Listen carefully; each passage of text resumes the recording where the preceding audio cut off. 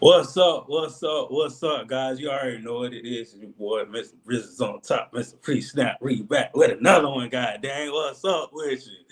I'm glad to be back, man. It's another week of getting closer to the holidays, man. It's another week getting closer to Christmas. But it's another day for some more football. That's what we really all came here to, talk about. It's definitely HBCU football. It's championship week. It's Celebration Bowl week. We gonna cover it, but I can't do it by myself. I never can do it by myself. Never can do it by myself. But I want to introduce my co-hosts, the people that been rocking with me for the past three. I think it's 3 years now. I think it's 3 good years we've been rocking. So we've been rocking like the amigos. Hey, we started from the band though, and we still jumping off, man. But introduce my first co-host. Y'all, everybody love her, nobody hate her. She hailed from the boot, man. Get the gap, get the gap, get the gap. And LSU, she went there. FAMU, she went there. North Carolina Central, she went there. All three of them teams are champions, just to let y'all know. So she come from a championship school. And my homegirl, she did a little bit of gymnastics. She was flipping and dipping and turning and twirling. So let's give it up for my girl, Robin McGee. Hey, y'all. And look, since we're talking about champions, y'all see that, right? Y'all see that, right? Okay, I just wanted to add on because you was hyping me up, friend, and I loved that. And I said, oh, let's add one more. Who that? Them. Hey, happy to be here. No, Ron. Why you looking like that? Because you was doing so good, Robin. We was doing so good. We were doing so good. Then you had to bring that to What's wrong? You don't like the Saints? Yeah. No, I don't like the Saints. Oh, I'm sorry. Who that my ass? I do. I know you do. Who that my ass? I'm a dirty bird for life. You already know me. So, that's unfortunate. Yeah. But anyway, to the next thing. Y'all know I can't do it alone. It's three of us. So I got my boy from North Carolina. Everything's fine when you're in the Carolinas in the morning. I'm pretty sure Robin knows about that. She up in North Carolina right now. My boy went to Winston-Salem State, went to FAMU. He's a Q, and he be popping it off. He is Omega Man now. When they made that transition in college, that Q, when they made that transition, I'm an Omega Man. No, right. I'm an Omega Man. I'm not a Q. I'm an Omega Man. So let's give it up for my boy, Jay Good. What's up, man? Hey, I want the same introduction Robin had because my teams have been champions too. Okay, my bad. Winston Salem the same. You just started something. Hey, Jerry, one day you gotta put all your rings together like Thanos. Hey, man, I got like four of them. I gotta put them on the hand one time. I don't want to. Yeah, you gotta put them in like Thanos. You know what I'm saying? You gotta put the gauntlet on one time. Right. I got you next show, my boy. But Rob, I got one thing for you. November 3rd this year. What happened to them Saints? Let me explain something to you. And I'm tired of telling y'all. When we won against the Cowboys, that was it. That was our Super Bowl. And after that, we just, we playing around. We trying to see who's gonna be, in the top spots. We trying to make some shifts and changes and something. We lost our head coach, you know what I'm saying? So it's like it's a lot of different things that they're doing. I'm not mad. I'm having a blast. Hey Ron, you played Pee Wee ball, Little League ball? You remember that little thing we used to run through? It used to like tear it and run through. Yeah. Cowboys right now. Everybody's running through the Cowboys right now. So if we can beat the Cowboys too. No. Let me say something to you. That's fine and dandy. But for the Saints, if y'all know the trajectory of the Saints, they act like they can't win against the Cowboys. So because they won against the Cowboys, I'm straight. I'm sorry. I've been chilling since September. Let me tell you something. So all y'all got, look, it wasn't our fight. We knew that. We knew that when the season started. It wasn't no longer our fight. You know what I'm saying? At a time, I said, okay, let's go Falcons. Let's see what they gonna do. Wow. You started doing what they was doing, which is normal what the Falcons do. So I was like, well, because we met them twice. And the second time, I don't need to remind you, Ron. I don't need to. So anyway, I'm having a blast. Having a black my team coming up. Hey, listen, we talking about teams. Jerry, you need to go ahead and play. I think at this point, the Panthers may use you in all of your Thanos rings. You know what I'm saying? Since we talking, why are you not doing your due diligence and your skill? Because they've been like that. I don't know when the Panthers won the game. We are. Have they won a game this season? I'm sorry. We beat y'all this season, matter of fact. Oh, just us. Okay, so we gave them that W. Anybody else? We have won 3. We actually have a better record than y'all, I believe. You do not, babe. Let's not do that. What's our record? But better than yours. Significantly. No. Let's not do that. We can settle this right now. What it is, Ryan? Hold on, I got you. But so technically right now, the Tampa Bay Buccaneers is leading the division with 7-6. And guess who's next? The Dirty Birds, 6-7. You know what I'm saying? Are you happy with that? I'm just happy that we may get in the playoffs. May is hard. Get in the playoffs. May is a hard word. Kirk Cousins, you don't know how he be feeling with his Achilles. One day is loopy, the next day is strong. Well, then we got New Orleans 5-8. Then the Panthers 3-10. 10 is. Hey. Hold on. You got double digits on the L side. You know that, right? Hold on. We have 6 losses by 1 touchdown or less. Jerry, what's the overall record? Say it with me. Jerry, guess what? We is not playing horseshoes. Jerry, we is not playing horseshoes. Hey, my team is getting better by the week. So the season almost over, Pooh. So what Jerry's saying is by the next my team's gonna get better in off season, since they getting better by the week. So intentionally next year. They still be a playoff team, Robin. If we're getting better by the week, next year the Carolina Panthers should be a playoff team next year. I didn't say all that. We're getting better. All I can say is we're improving. The Saints on the other side, they're going down. Atlanta's going down. Saints just lost their quarterback. They're probably not going to win another game. Jerry, y'all been improving for 6 years now. Come on. That's crazy. Dang. Don't let me put it up. Dang. What was y'all record last year? Dang. Well, we just beat y'all like last month. See what happened was we just one team. Everybody gonna have some type of losing streak. Even the Kansas City Chiefs lost to somebody. And we almost come on now. All that matters is we beat y'all. Okay, Pooh. And Ron, we coming for y'all next.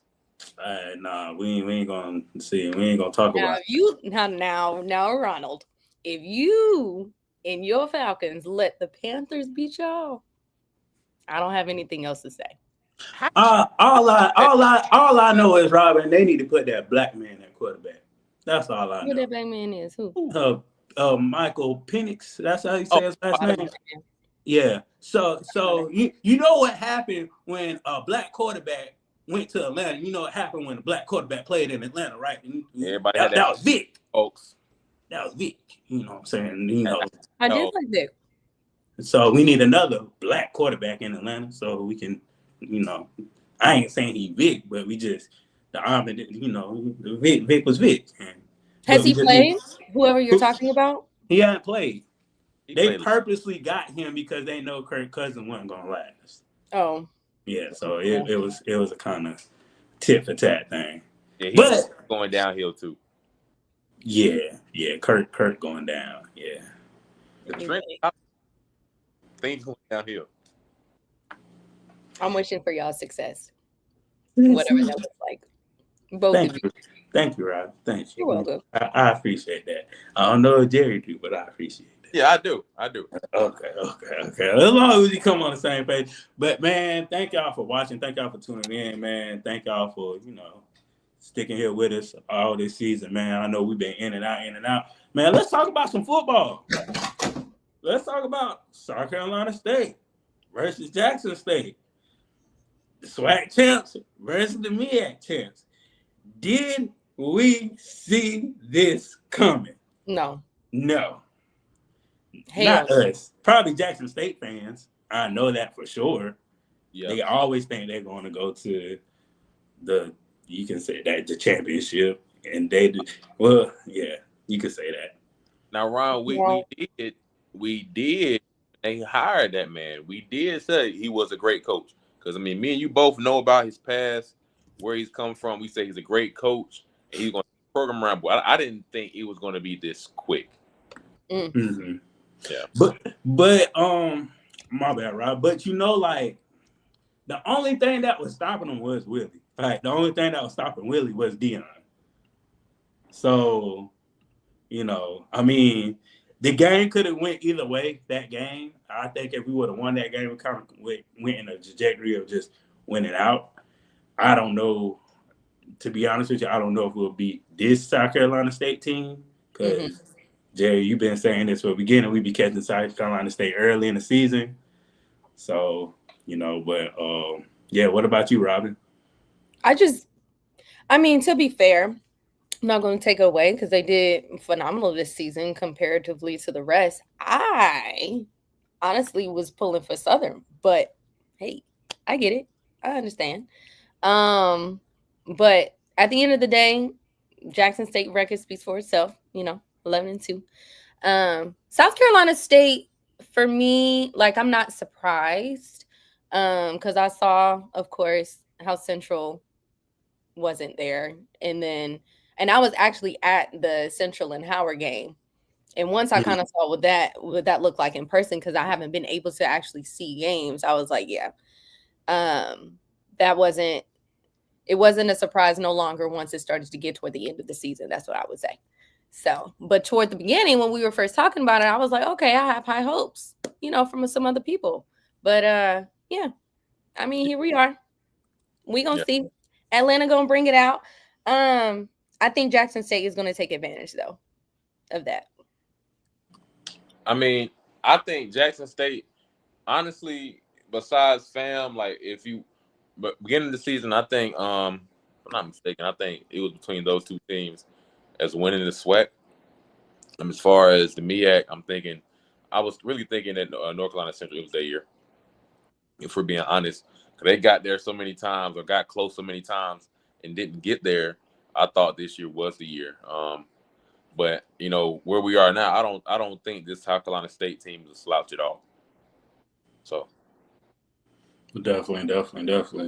On that side note, too, let's take a detour. Let's take a stop at the gas station. Let's get something to drink. I know that y'all know that everybody knows that everybody been talking about Vic to Norfolk. Michael Vick is possibly going to Norfolk. We don't know. That's word on the street from what Scotty said. A lot of people been, saying stuff about it. Robin, how would you feel if, Vic went back to his area, his hometown, his state, to coach HBCU? I think it'll be great just in general, of kind of like what we saw with, of course, Prime at Jackson State and how we entertained the idea of who was that man? Ed going to Bethune? Yeah. He should stayed at Bethune. Right. And I think of course, the idea is there of the potential benefit that it will bring to the school, bring to the program, bring to the athletes, and all of that jazz. I'm just like, okay, what is the sustainability for him to actually stay? What does the conversations look like? Not to take away from anything in regards to Norfolk. I think Norfolk is a great program, but I also think that Norfolk is, in the comparison of who Vic can bring and what Vic can bring, is more developmental. And so I'm like, okay, what kind of patience is he gonna have with that type of, school, and building them up to essentially where I got to use the comparison because it's just there. Prime did with Jackson State, because when Prime got to Jackson State wasn't nothing, and I think arguably Norfolk is in a better position than where Jackson State was before Prime got there. And so in the comparison of that, I think, but it's also, we in a different league. We've already talked about how MEAC is tiered lower than SWAC.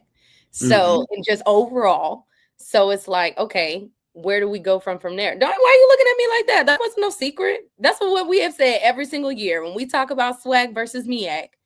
We always have a tendency to put SWAC competition over MEAC. And that's just the reality. I'm not saying that they're better. I'm just saying in the tiers of looking at the both conferences and their competitive nature, I think that MEAC is growing to be where they are, and which is where we are wanting them to be. But again, when we vastly compare the difference between that and SWAC, they got some differences there as far as that looks like. I don't know. Maybe my viewpoint changed. I don't remember saying. Maybe I did say that, but I think, if we look at the numbers, when we play this Celebration Bowl, how many times have we won the game? As far as the SWAC, how many times is me? We about to go to that slide. I got a slide for that. Right. So I mean, we go to that. Maybe in recent history, I think we've only won once or twice. Two. Right. So well, that goes back to my point, Jerry, of like, I'm not looking at it per school basis. I'm just looking at overall conference basis. Because like, if you go into your point, how many times have Norfolk been in there? I don't think they've gone. No, they haven't. No, they haven't. Well, like if you're comparing, South Carolina State to Norfolk, then yeah, I'm like, okay, South Carolina State got it. Or South Carolina State to, I don't know, Jackson State. Like there's competition there.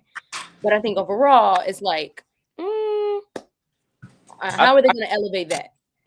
I can agree with that now because of how decimated the MEAC is. Yeah. 6 teams. But when they're at the all-time high,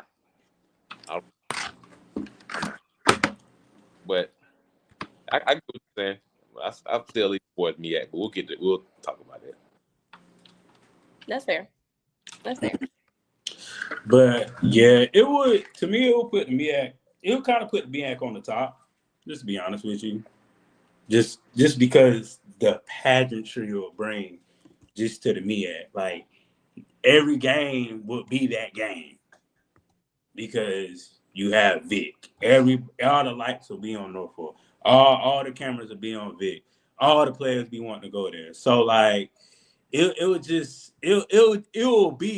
think it will be a refresher to HBCU football since we haven't had anybody like that in a couple of years. Like last person that everybody was rooting for and going for and was Willie. Like everybody wanted to see Willie win the big one, and he did. Then next thing you know, he gone. So now it's like, who do we root for now? I mean, TC is coming up to be, a good coach. So he just got to sustain it. And for TC, he has to play FBS competition for me to, put more stuff on his book or put more stuff on his resume to go that route to move up, because that's what initially Vic would do. If he coached at Norfolk, he'll coach there for probably about 2 or 3 years, or 4. Make that program relevant, then dip out, have somebody, a placeholder there that can do the day-to-day stuff and, is a good coach, and try to, copy what Deion did. Yeah. I think it's noteworthy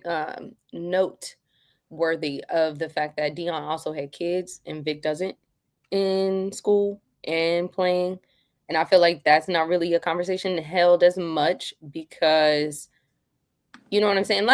And I think Deion did a fabulous job with being equitable among all his players. There wasn't, I don't think, on surface levels, like the level of favoritism or nepotism for that matter, of like, okay, he elevated his, kids over the rest of the players.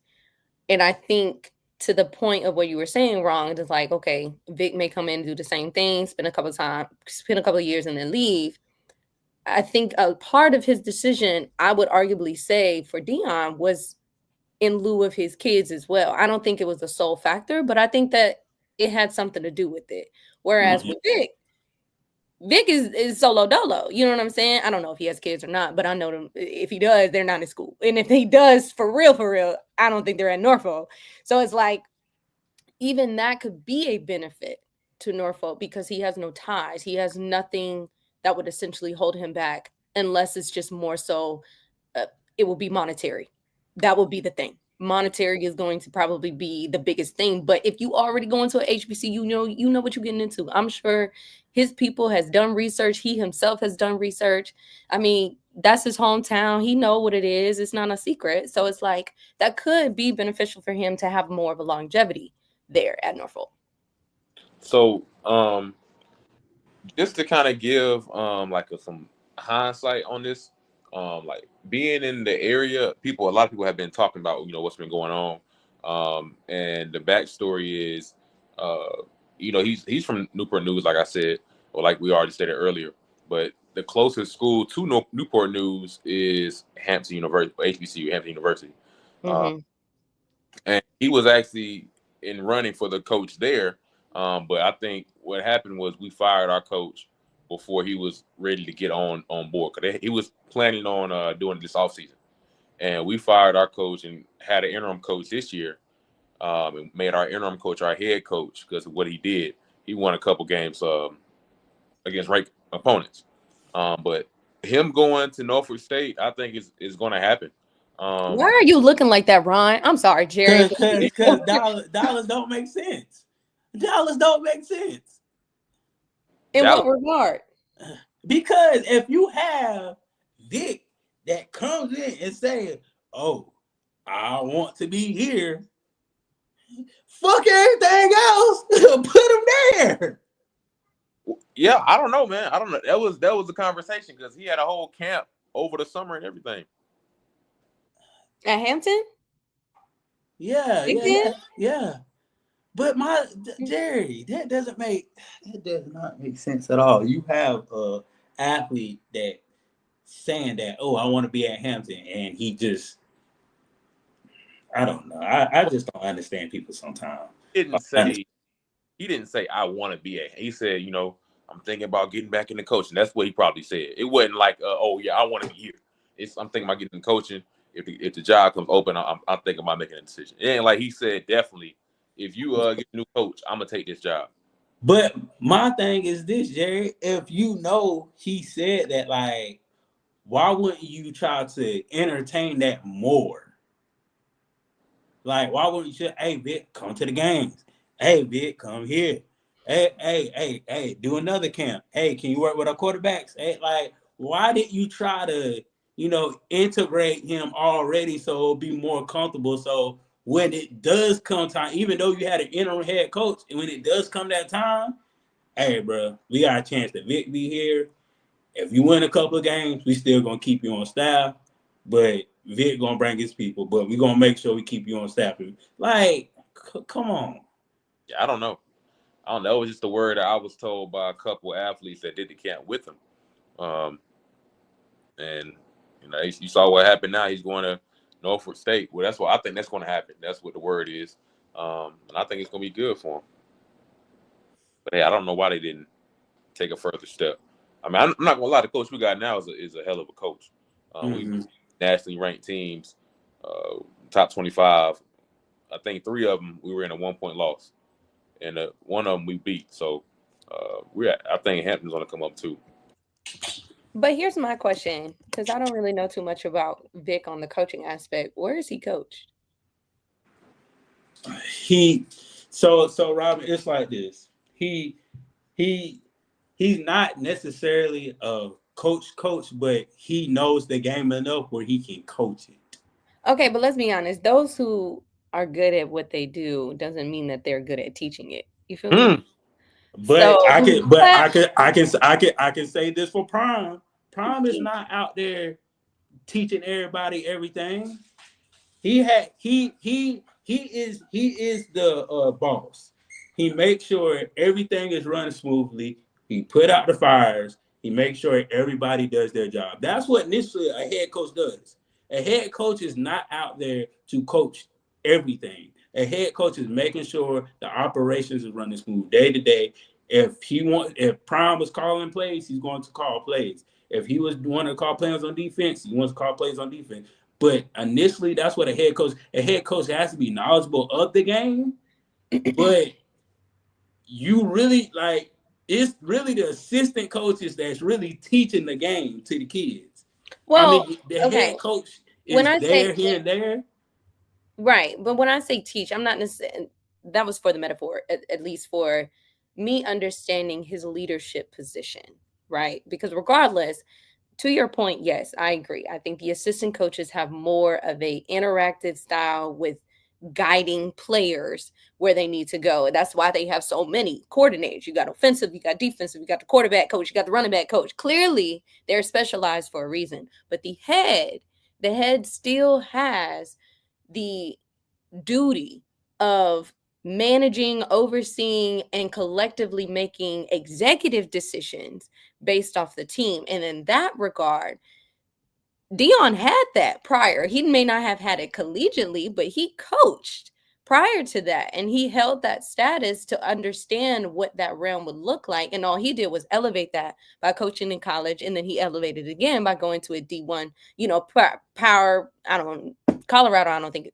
What are they under? Are they Power 5? Do we throw them in Power 5? They group of 4. Cool. So, I mean, clearly a little bit more elevated than Jackson State.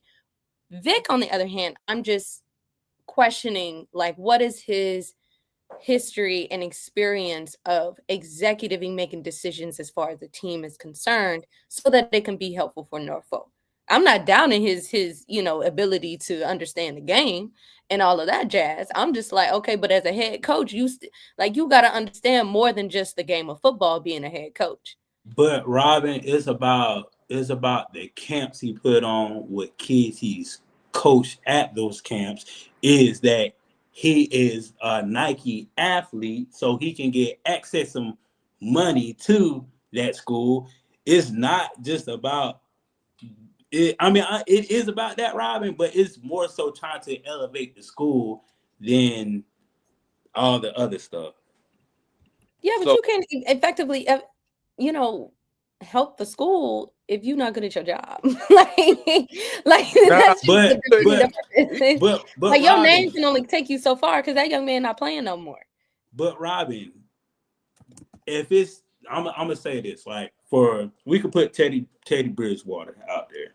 Never coach high school, dude undefeated, going to the state championship. Never coached. And he started back coaching at his hometown high school or whatever. He started coaching. Mm-hmm. Had the same expectation. He's but not at a high Michael school, Vick, that's like your entry level. Would you arguably say that high school, well, I mean, I'm Jerry, you can chime into this. Coaching high school, is that equivalent to coaching in college? No, it's not. But what I'm saying is this. It's different. It's levels to this, Robin. Mm-hmm. Just like if you bring Ray Lewis, you don't care if Ray Lewis coached the day in his life. If I bring Ray Lewis to my school, I know I'm getting recruits. I know I'm getting coaches that will coach. I know I don't be in the hunt for a celebration mode every year. How do you know that? How do you know that? So you can bring attention. Robin, the proof is in the pudding. The proof is in the pudding. Dion. He was coaching before he took that job at Jackson State. But he had a coaching position. He had his own prep team. Like, he had the administrative and the executive. But didn't you just say that's different from college? Okay, to your point, yes. But he had that step, just like how you said there's levels, right? You don't run before you crawl. Right? You got to crawl, you got to walk, and then you got to run. What I'm saying is Vic is skipping those steps. So how are we sure that in those positions, I'm not doubting him at all. I'm just more so making sure that people are understanding the realm of, like, okay, him as a player, check.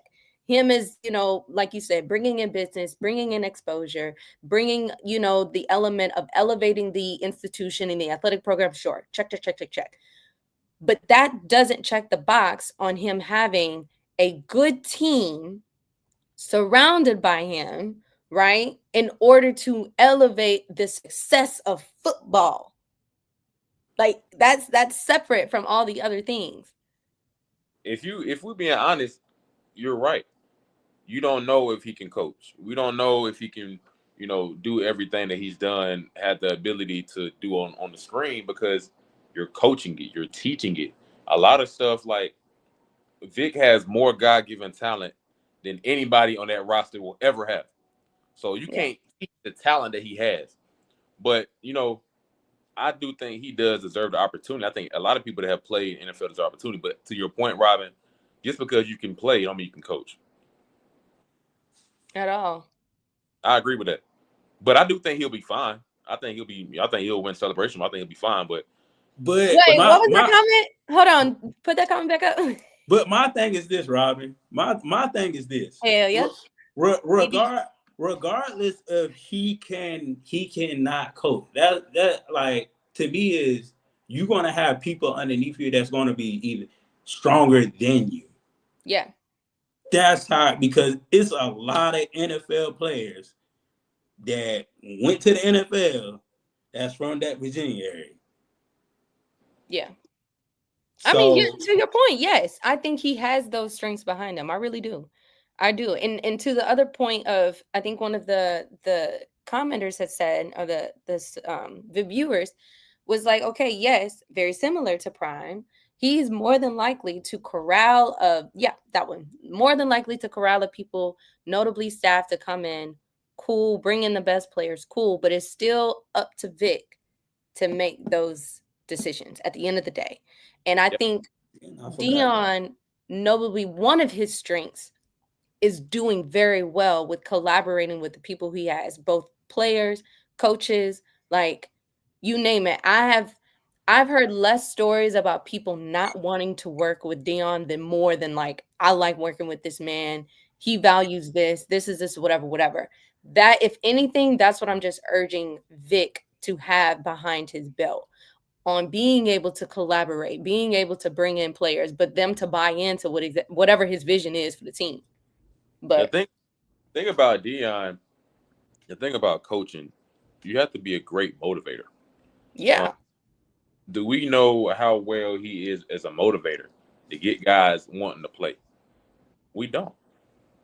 Not saying he's good or bad. We don't know anything about him in the coaching realm.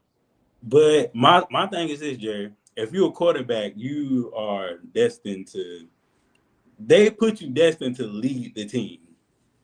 Now, right? How many quarterbacks we've seen that's not good leaders? A lot. So we talking about Vic. We ain't talking about everybody else. We talking about Vic. Would you say Vic is a good leader? Yes. So, that point, to trump that point, Vic is a good leader. You should see how he turned his life around.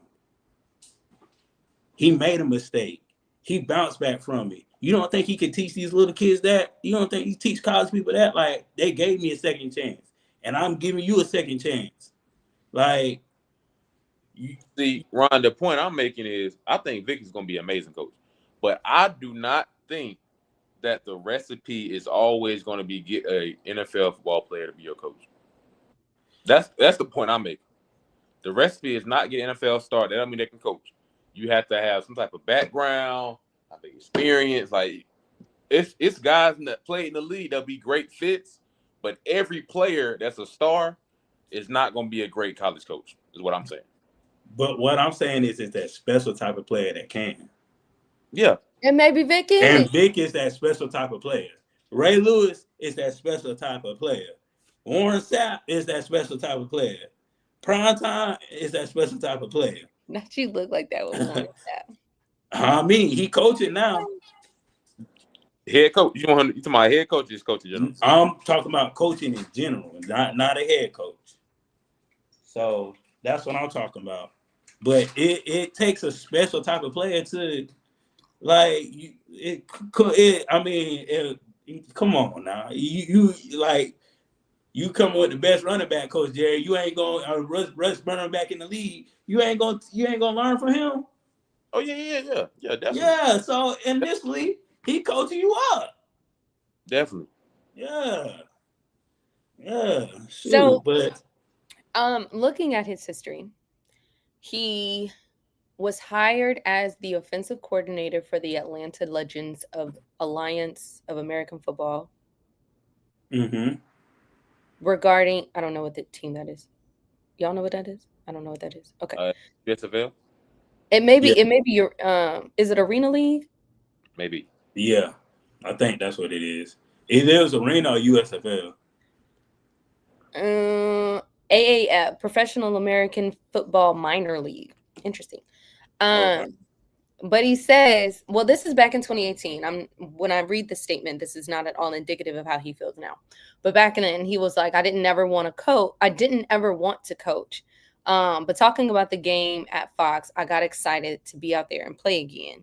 And when the opportunity came, I felt like I could really make a difference and give back to the game. So with that being said, maybe his mood has changed since then and he's more motivated, which is why he's seeking these opportunities to coach, which to your point, Ron, could be very helpful when determining how he's going to motivate people because he's motivated himself. And from there, we'll see. But I am thankful that he's at Norfolk though. I mean, he decides to go there. I mean, that's not official yet, but if he decides to go there, I think that'll be a good start. And he also during the off season, he been going up to the Chiefs, helping Andy Reid out in that that famous quarterback that we all know, Patrick Mahomes. He been helping him, or Andy been helping Michael Vick? How Pat Mahomes been helping Michael Vick? And I'm saying that's a return on investment to allow him to help him. I'm saying, has Andy helped Michael Vick with coaching? I mean, yeah, to coach the quarterbacks, it's a win-win situation. I don't think Michael Vick needs any help from. I mean, I don't think Patrick Mahomes needs help from Michael Vick. Anybody, Jerry, anybody could better their game.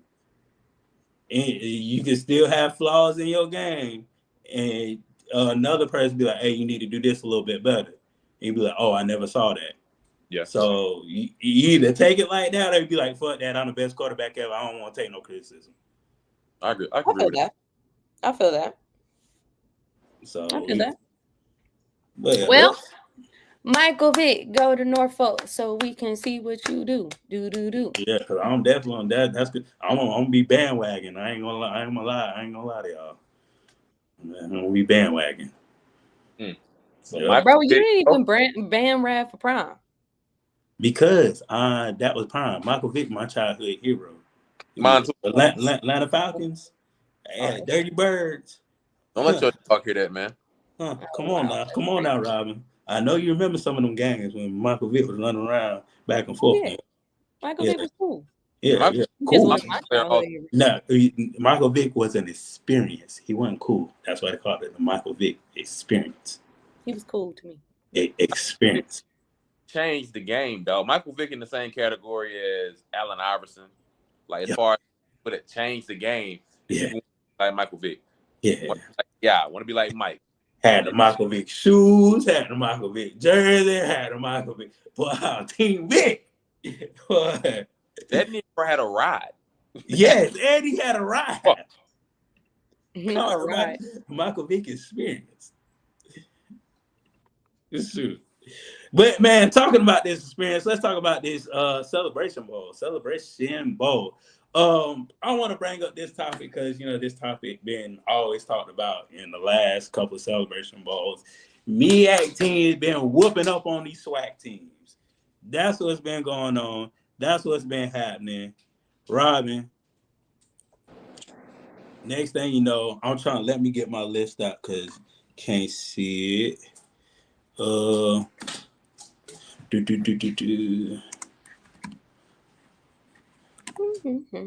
List think 2000. I think 2016 2015 was was A&T. A&T. Come Yep. on now, that boy knows. 16 was 2016 was Grambling. Was it?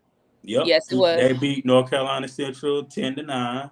Yep. 2017 was North Carolina A&T again. That's the other end. A&T. Okay. Then it's 2018 A&T again. Yep. 19 A&T again. Hey, who was And that's when A&T said we're gonna leave and take our talent somewhere else. Hey, Ron, you know who was the running back coach for them team? Who was the running back coach? Sean Gibbs. There we go. He's coach now at A&T again. There we go. They can go back. But Jerry, Jerry, I can't say this. This is a different ball game. You in a different conference. You ain't in the HBCU conference. Very true. So we got to keep that in mind.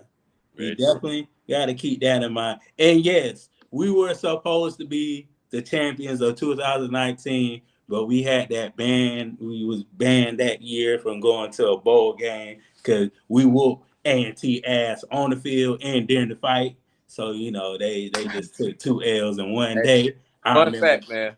Yeah. If you look at the video, you can see Ron Bridges in the video. Y'all running back, and after this show is over, go pull it up. You gonna see Ron running through everybody. Oh my gosh. Robin, I ain't even gonna lie. That's the maddest I ever saw Coach Willie in my life. Oh wow. I thought Coach he was out for vengeance. I know that's right. He was out for vengeance. That was sick that they did that. Boy, I'll talk. Boy, that was a hell of a fight. Robin, I was excited for that game. I ain't even gonna lie to you, Robin. That stuff make me kind of excited. And talking about fighting, you know, all these fights been breaking out in the past couple of weeks. You know what I'm saying? With the football too. Yeah. Then the Celebration Bowl made a rule that the other team got to walk immediately off the field. So, you know. Oh, that's what they did? What, they implemented that this year? Yeah, but I don't know how they're going to contain that because if people going to fight, regardless. Man, have them people walk off the field, man. We not the black folks. We can't do that. PWIs can do that. We can't do that. They don't need to do that at all. Yeah, they don't. But 2019 was technically FAMU year, but you know, North Carolina A&T slide in there and they got it. Ron, yes, sir. Did you hear about the dude in Ohio? It made it against the law, like it's a felony. Yes. So Ohio State made it a felony to plant your opponent plant the flag in the middle of it is a state felony to do that now. They passed that for the law. And that's wild to me. Yeah. Wait, hold on. What is it? That's how much it like people care about football. It is God, football, then everything else. That's what that means. Run it by our lawyer of the group. Read it. I'm about to look it up right now. I didn't hear about it. Hold on. You didn't hear? Mm-mm. I may have it on my page. Hold up. I'm looking at it right now. A lawmaker in Ohio wants to make a felony to plant a flag in the center of Ohio Stadium. A fight broke out, Ohio State and Michigan players. I saw that. Ohio State's field after they beat. It was so crazy because during that fight, did y'all see like the other players like from Ohio and Michigan? They were doing their prayer. I said, now, what's going on? It was like a couple of players that were in their circle doing a prayer, and then all you see is chaos in the back. I said, dang. They said they want no parts. But the bill would prohibit planting a flagpole and flag in the center of the Ohio Stadium football field on the day of the college game. The name of this act is Ohio Sportsmanship Act. I'm gonna be honest. I don't think that that's gonna pass.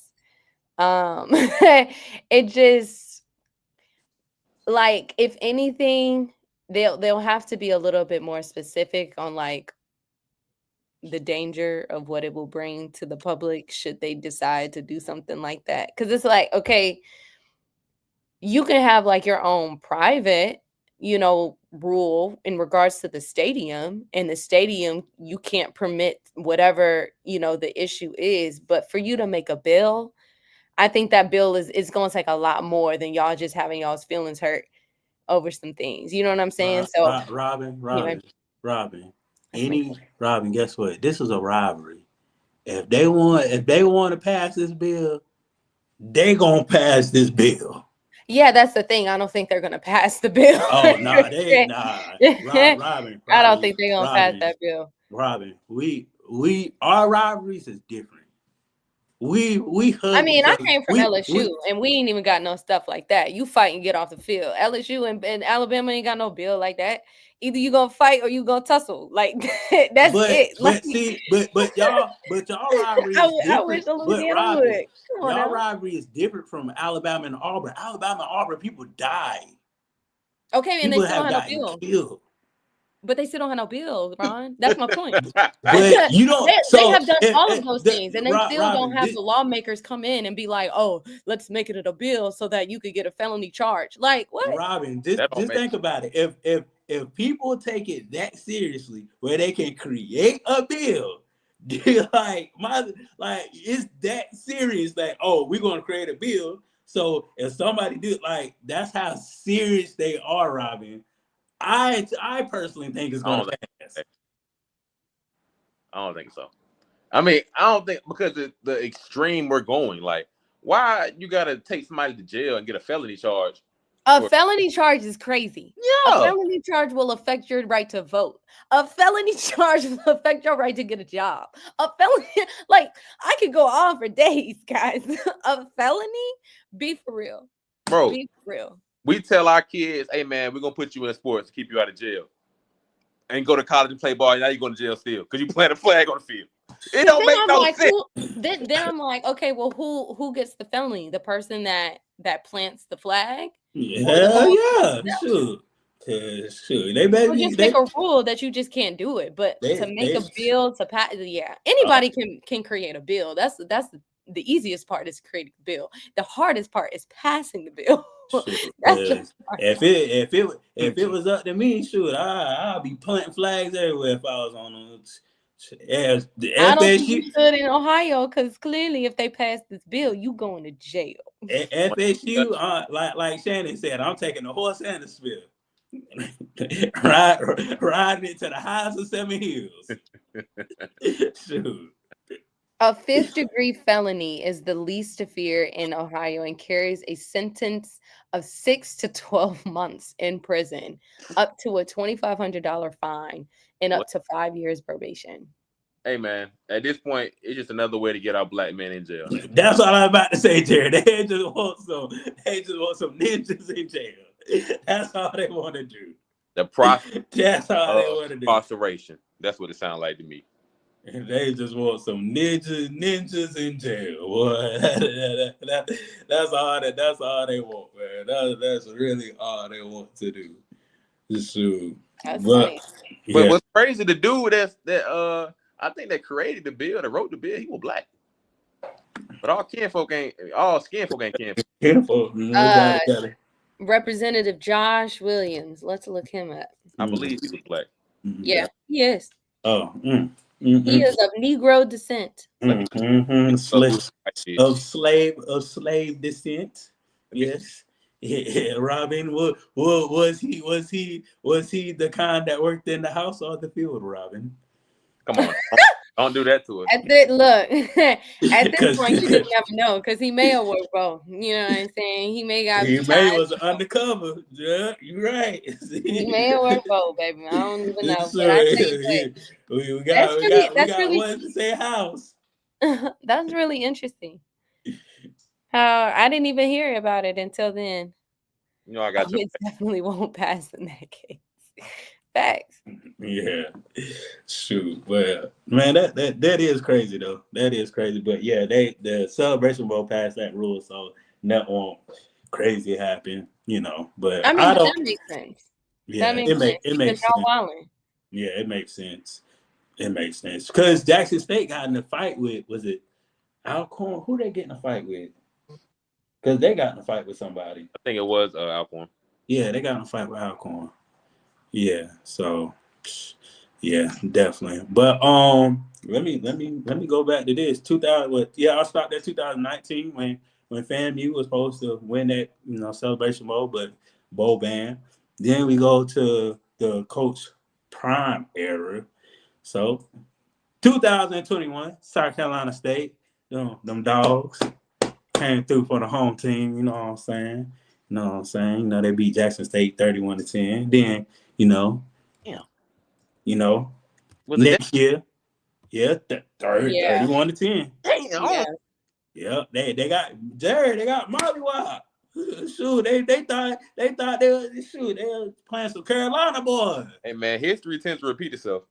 They played some Carolina boys. They thought I Mississippi think thought Jackson junk State was gonna sweet come out up on here. top on this one. Jared, they thought stuff was sweet up here. Yeah. Yeah. Carolina boys. They thought stuff was sweet. Ain't nothing sweet but sweet tea up here. I still think they're gonna win, but go off. I don't. Go ahead. 2022, they ran into some more Carolina boys, North Carolina Central. And they got Molly Wild. Then that was the end of Coach Prime era. Yeah, come on, man. You had a moment of silence for that man. No, he ain't dead. Yeah, Rod, moving on. Moving on to the current champs. To the current champs, the champs that saved the SWAC single-handedly.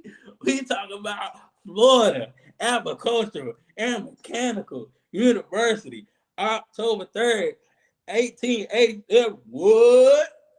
Talking about that school right there, Florida A&M. Be 30 to 26. Beat up Howard. So hey. That's that recap right there, the Celebration Bowl.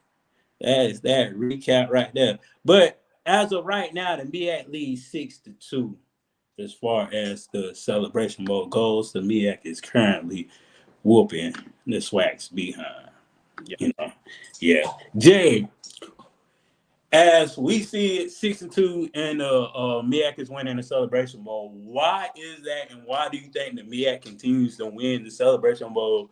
What is it because of, the competition they play, the non-conference, or just, the football is just different, compared to the SWAC?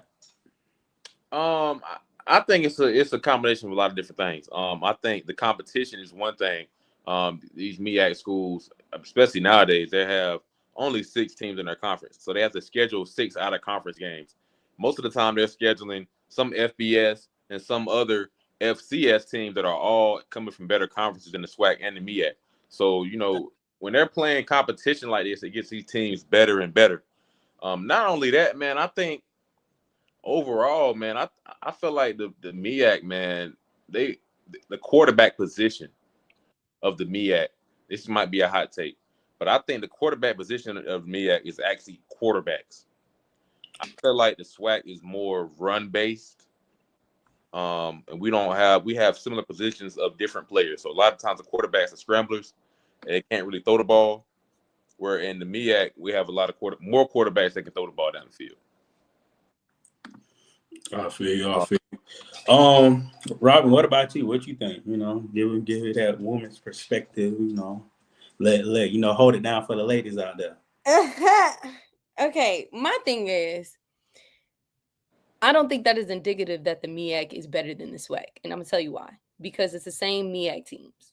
When you look at the converse of the SWAC teams, you have a diversity of the SWAC teams on there. You got Alcorn, you got Jackson State, you got Grambling, you got FAMU, you got who else was on there? Was Alabama on there? I don't know if Alabama was on there, but anyway, you have a more diverse, I feel like, representative for the SWAC as opposed to MEAC. MEAC is the same teams. If it's not North Carolina Central, it's South Carolina State. It used to be North Carolina A&T. The North Carolina A&T gone. So it's the same 2 teams. And that goes back to the earlier point. I'm not knocking the teams that's in the MEAC.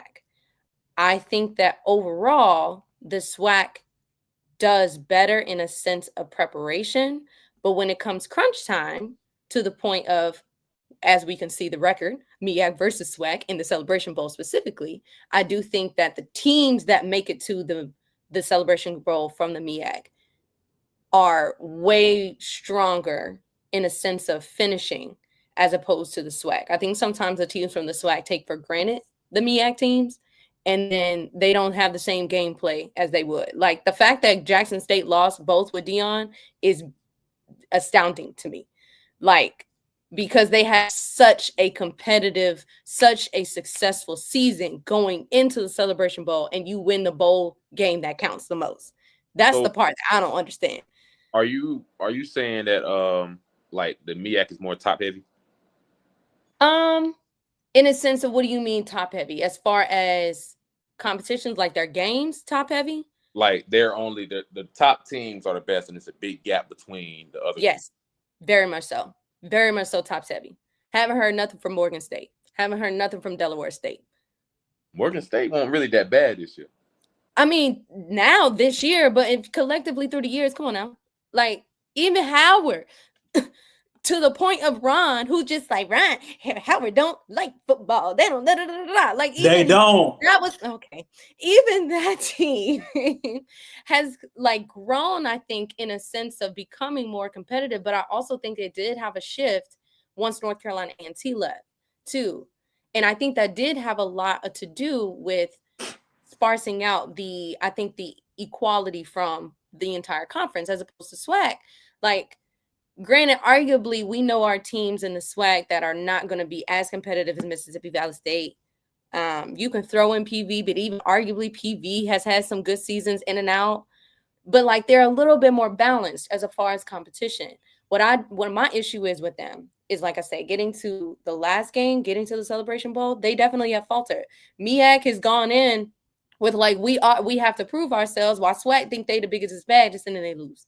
So I'm like, how do y'all fix that? And that's why I said for this game particularly, I think that Jackson State is actually going to do very well, which it's not like they haven't done well in the past. It's just when they've gotten there twice and they've lost both times.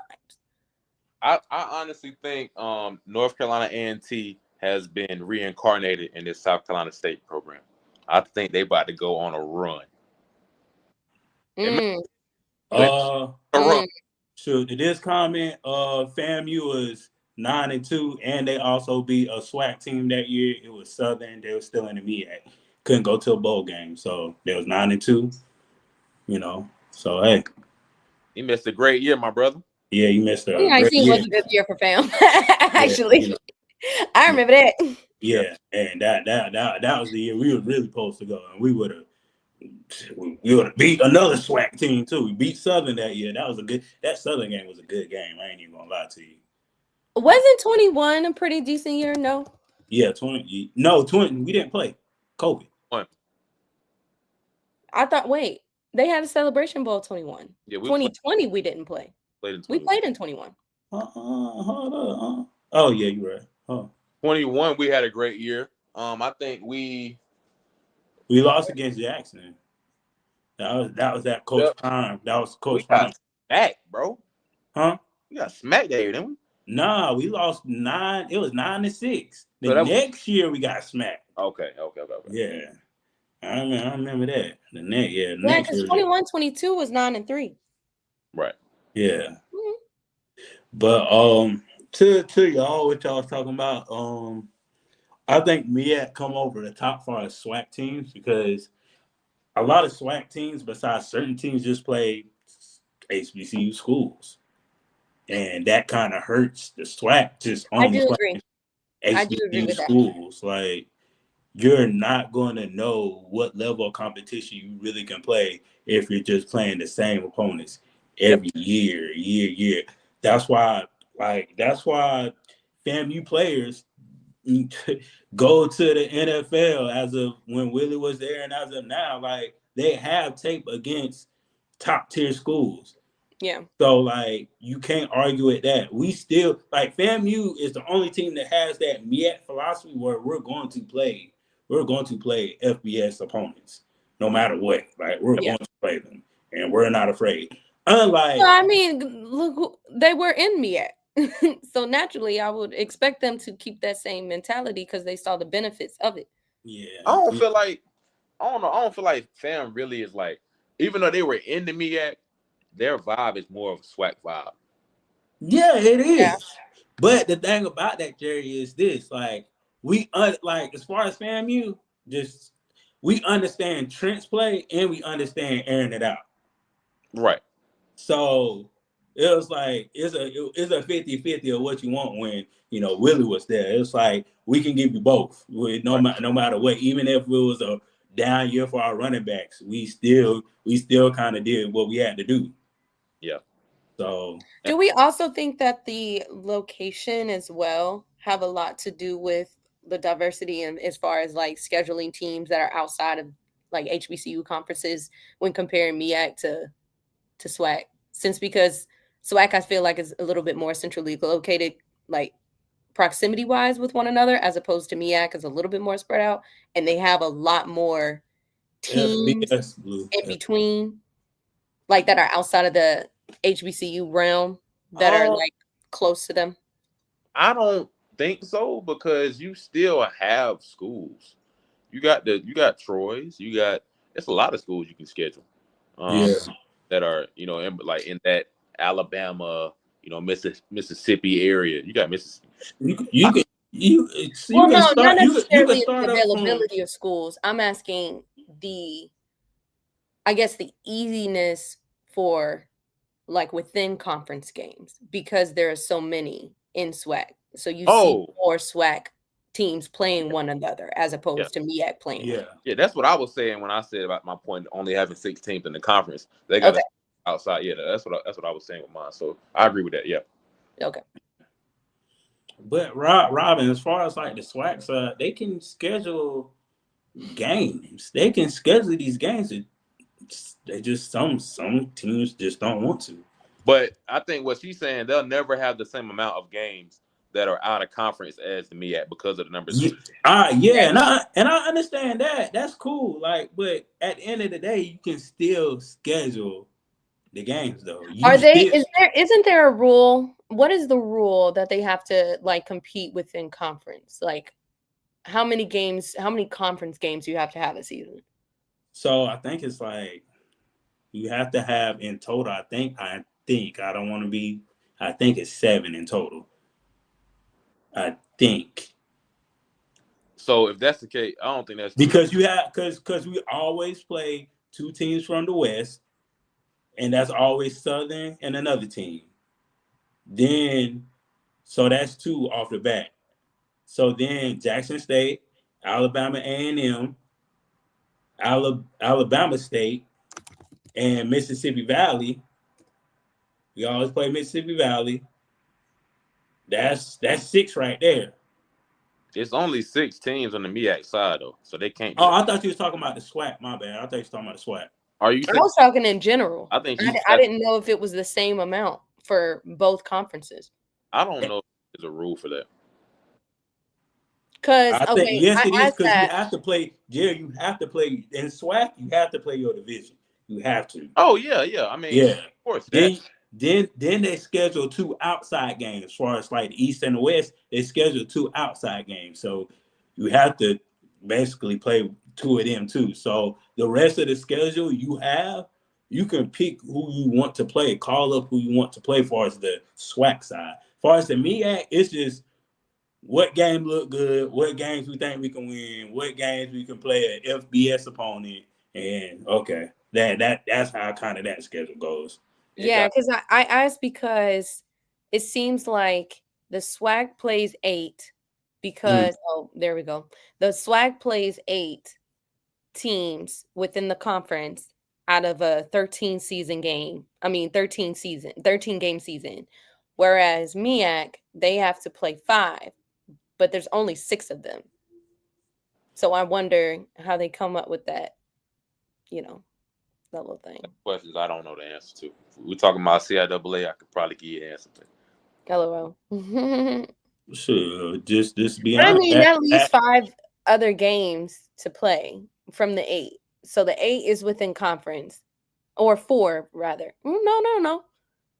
Because you get a bye. You get a bye week. Right. Yeah. Because some people I'm looking at played, like Jackson State played 13 games, where everybody else played like this season. Because they played their championship game, so it's basically 12. I don't think they're counting Celebration Bowl. Oh, you're not counting Celebration Bowl? I'm looking at the standing for Jackson State, like the games they've already played. Jackson State is 11-2, so that's 13 games. But everybody else is 12. But you got to count the SWAC championship too. Yeah, you got to count that SWAC championship win on ESPN. Oh, okay. Yeah. So. Oh, okay. So it's 12. So the SWAC championship makes 13. Okay. Yeah. Right. Because they play Southern. Yeah. Got it. Southern should have 13 games too. Yeah, they do. Yeah. They do. So it's 8 out of the 12. So that leaves 4. 4 games. 4 games. Pick who you want to play, Robin. Pick who you want to play. Dibble and dabble. I think good, man. This year, I always wanted to play Troy. I think they made a good decision playing Troy. Yeah. So I think this year's scheduling was pretty good.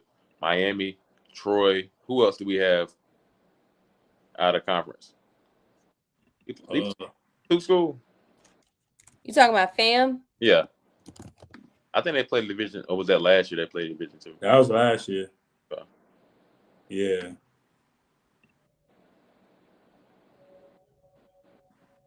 Hold on. Yeah, we just played Norfolk, South Carolina State, Miami, and Troy. That was it. Those are the 4 that are out of conference. Yeah, so. How about Norfolk State? Yeah. I mean, the Miami game, you have that game just to try to, get stats out there and try to, get people to the next level. That's what that game is initially, and Troy is too. So game. Yeah. That's money for the players, as far as league, and money for the administration and Braves funds. So they could have won that game. They really could have won that Troy game. They could have won that Troy game. Yeah, they're gonna piss me off. They could have won that Troy game. You move the ball all the way down the field, but you can't capitalize in the end zone. I mean, and not in the end zone, but in the red zone. Come on now. No, it's a lot of.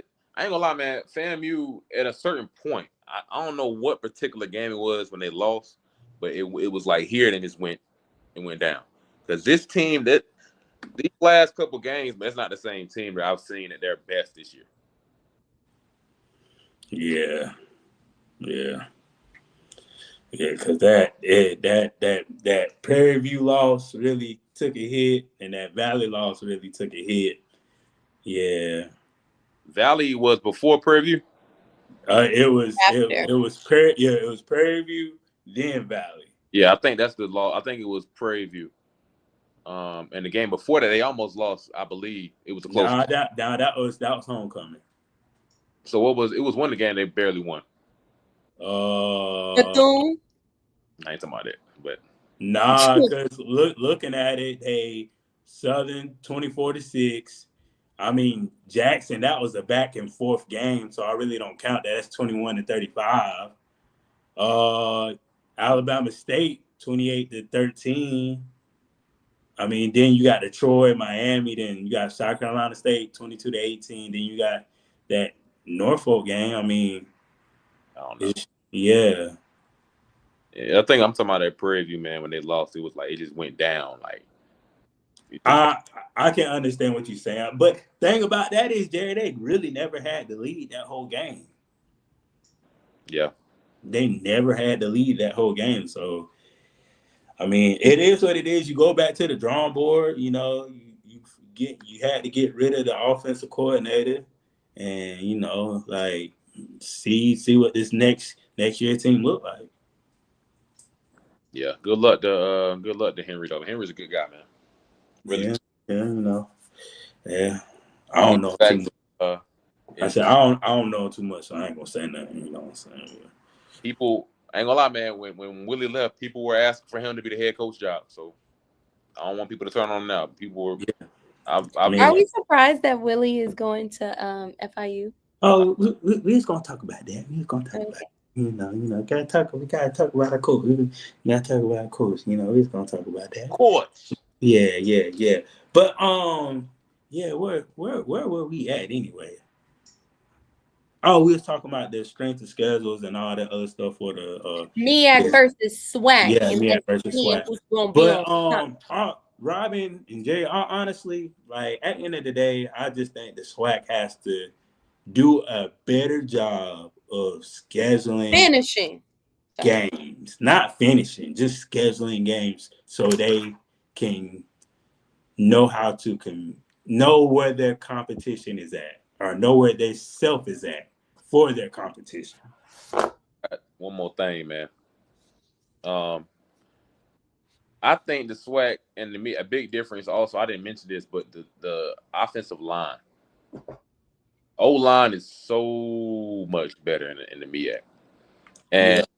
I think in the Florida, in the South, we're kind of spoiled because we have so many skilled players and athletes. They don't have to block as long. They don't have to block as much because the skilled players are so shifty.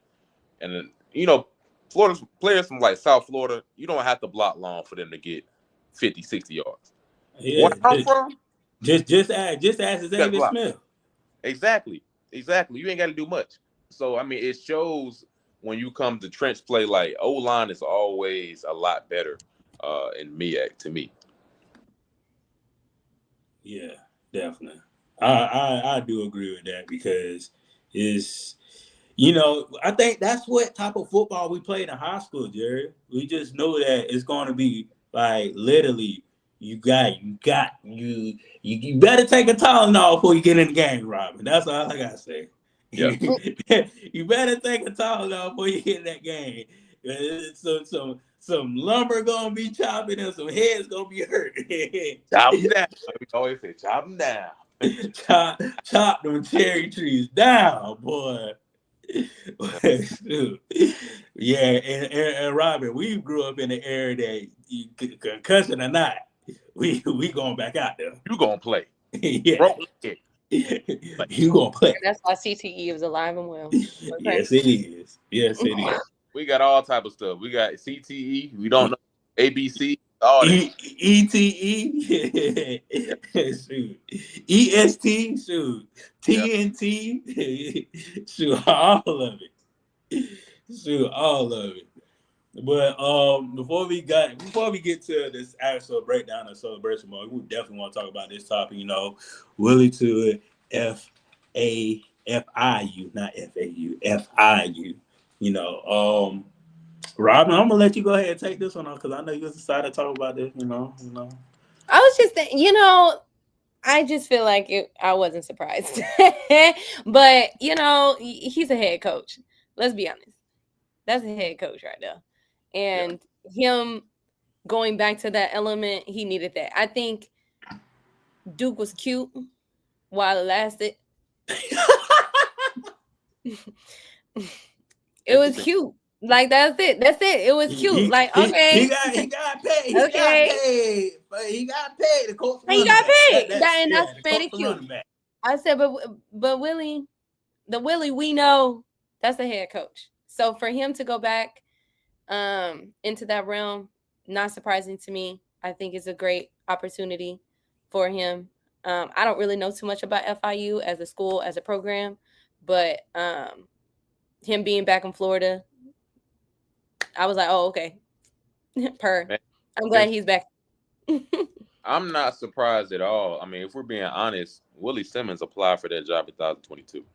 Yep. Didn't get the job in 22. Came back, won a Celebration Bowl in 23.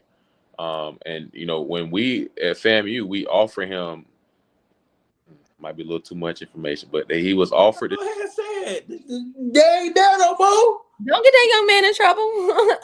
Yeah, I ain't gonna get in trouble. They ain't there no more. And so he was he had asked for a certain amount, and that certain amount and more was offered to him. and then he ended up still leaving. So, like he was asked for 400, and 425 was offered. He was like, "Well, I think I'm still gonna take my opportunity and go to Duke," which I understand. It makes sense because at the end of the day, he still wanted to be a Power 5 coach. He's getting his dream. So I mean, every move he's made makes 100% sense to me. A lot of people at FAM, they didn't understand that because they thought he wanted to be the coach there forever. I mean, being a coach at FAMU is amazing, a great job, but a lot of coaches want to be Power 5 coaches to make the most money they can to support their family. So I get it. I think he made a great move. Sure. All I'm gonna just say is his first year, I think he's gonna have a 6 or 6. He's gonna win 6 games. That I think he's going to win 6 games. Knowing Coach Willie and what he got going on and how offensive minded he is, and he know how to recruit players himself. Because to be honest, all the players I talked to at FAMU, I never in my life heard a bad comment come out of any player's mouth about Coach Willie. That's me. There, you could look that way. I mean, and that what Jerry? That's just. I mean, I may be wrong, Jerry. I may be wrong. No, I'm not gonna say what they say on that show. You don't want to hear what I know. He said something like, "What's on Power?"